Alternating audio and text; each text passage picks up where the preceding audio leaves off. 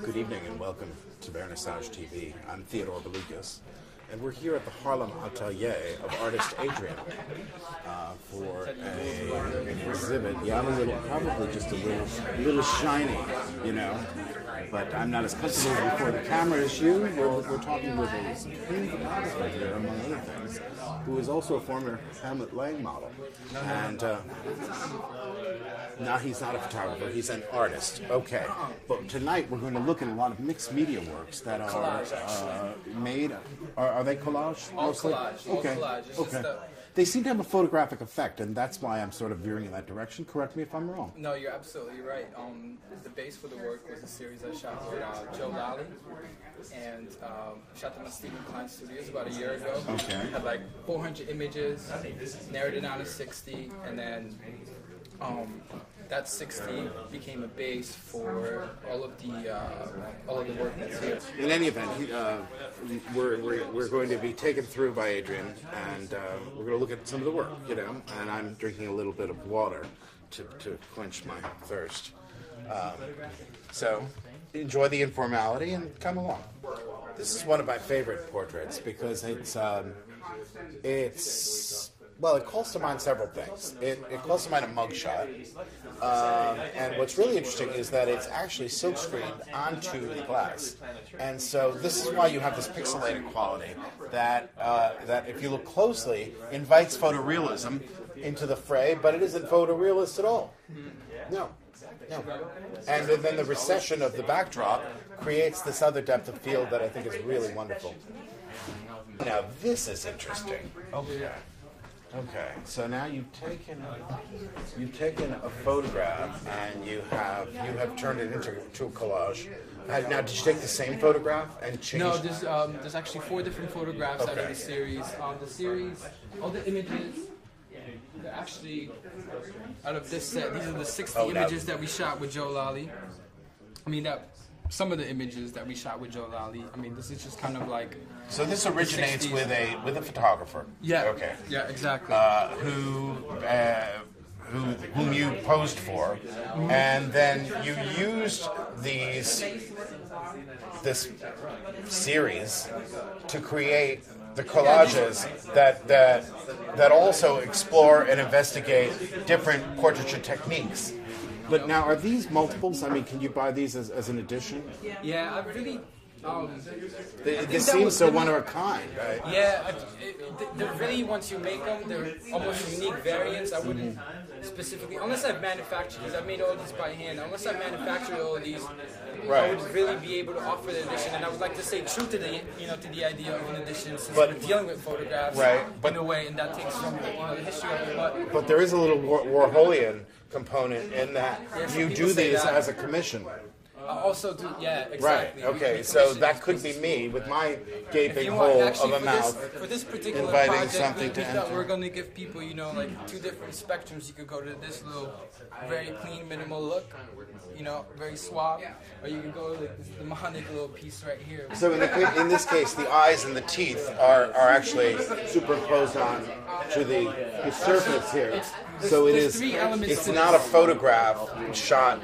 Yeah, reverse. It's all collage in its truest. It's actually assemblage because I didn't pick anything up. I made everything. But there's 3 pieces. There's the glass, there's the paint, and there's the photo in the back coming through. Okay. So did you silk screen onto the glass? No, there's no silk screen. Actually, the surface was covered with paint.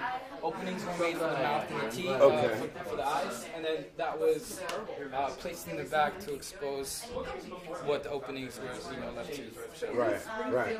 Marvelous. What do you call this series? Face value. Face value. Yeah, it's just a little angle, trying to see work it out. But trying to see work it out, he's got a little hip hop thing going. That's cool because we're in the hood. No, that's just me. That's just him, by way of Poland. I don't know where I'm from because I've been all over. I was born and raised there. I know, but we all have our roots. Of course. And you are a strong 100% Polish. Right. You are a strong Pole. Yeah, exactly. So I've been told. Yeah, raised in the suburbs. Yeah. But same thing, you know, just a different interpretation of the process that I kind of developed with this series. You have. Why did you choose to ornament it though with this design? Actually, the ornaments are actually kind of interesting because I still get my mail at where I grew up in New Jersey. Okay. And you know, whenever I get this mail, I always have a stack like this big, and there's all this trash that comes into your, you know, your mail all the time. Okay. A lot of them are security envelopes, all the different deals and promos. Yeah. And what I started doing, I started collecting them. Oh. And then. Well, because they are written to you, so they speak to your identity, and that's true. That's a good link. yeah, you know, it makes sense. It's not just arbitrary that you chose these. No, yeah, and then I this guess paper. you know it kind of works into the whole camouflage identity. Yeah, yeah. Portraiture. So in a way, they are a part of it theoretically. If you want to look at it like Well, that. somebody thought to mail them to you.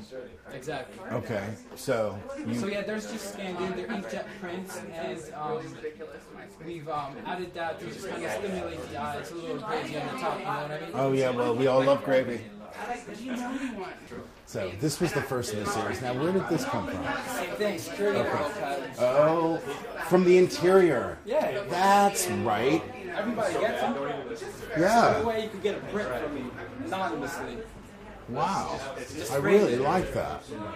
Well, you know what's really interesting is that, you know, we spoke to Patrick Marr a few weeks ago here at Vernissage, and what did Patrick reveal? Sculpture with interior styrofoam encasing that has its own architecture. So, very clever of you to see the beauty of federal envelope linings. Yeah. So this was the first, and I think again you've used the same technique you did in a previous one. Marvelous, wonderful. Yeah. Is there anything you wanted to add about your work? No, that's it. No? We covered it. Okay. Well, this is probably the first of a few of our little salon evenings we're going to do in New York, and. Thanks we're doing one in May. That's right. We're doing one in May, the first week in May, and which features Momo and Shelby Boys. Where's Momo? Momo is going to be. Dave, come here. We're going to talk with one of the most emerging street artists right now. He's a tagger. Okay, he's going to go.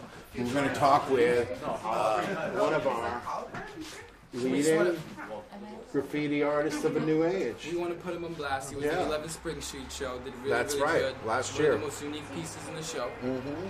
And you've seen his work on the streets of New York. You've seen him actually paint over a cover of the New Yorker that doesn't exist that featured him that he was actually brushing over.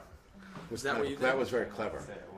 Thank you. Yeah. Well, you saw that. I just saw that. That was fun. Yeah. So we'll meet Momo at greater length in May. And thank you. With Shelby Voice. Okay. We'll be there. Okay. So I'm down with my boys here. Woo! Which fingers do I use anyway?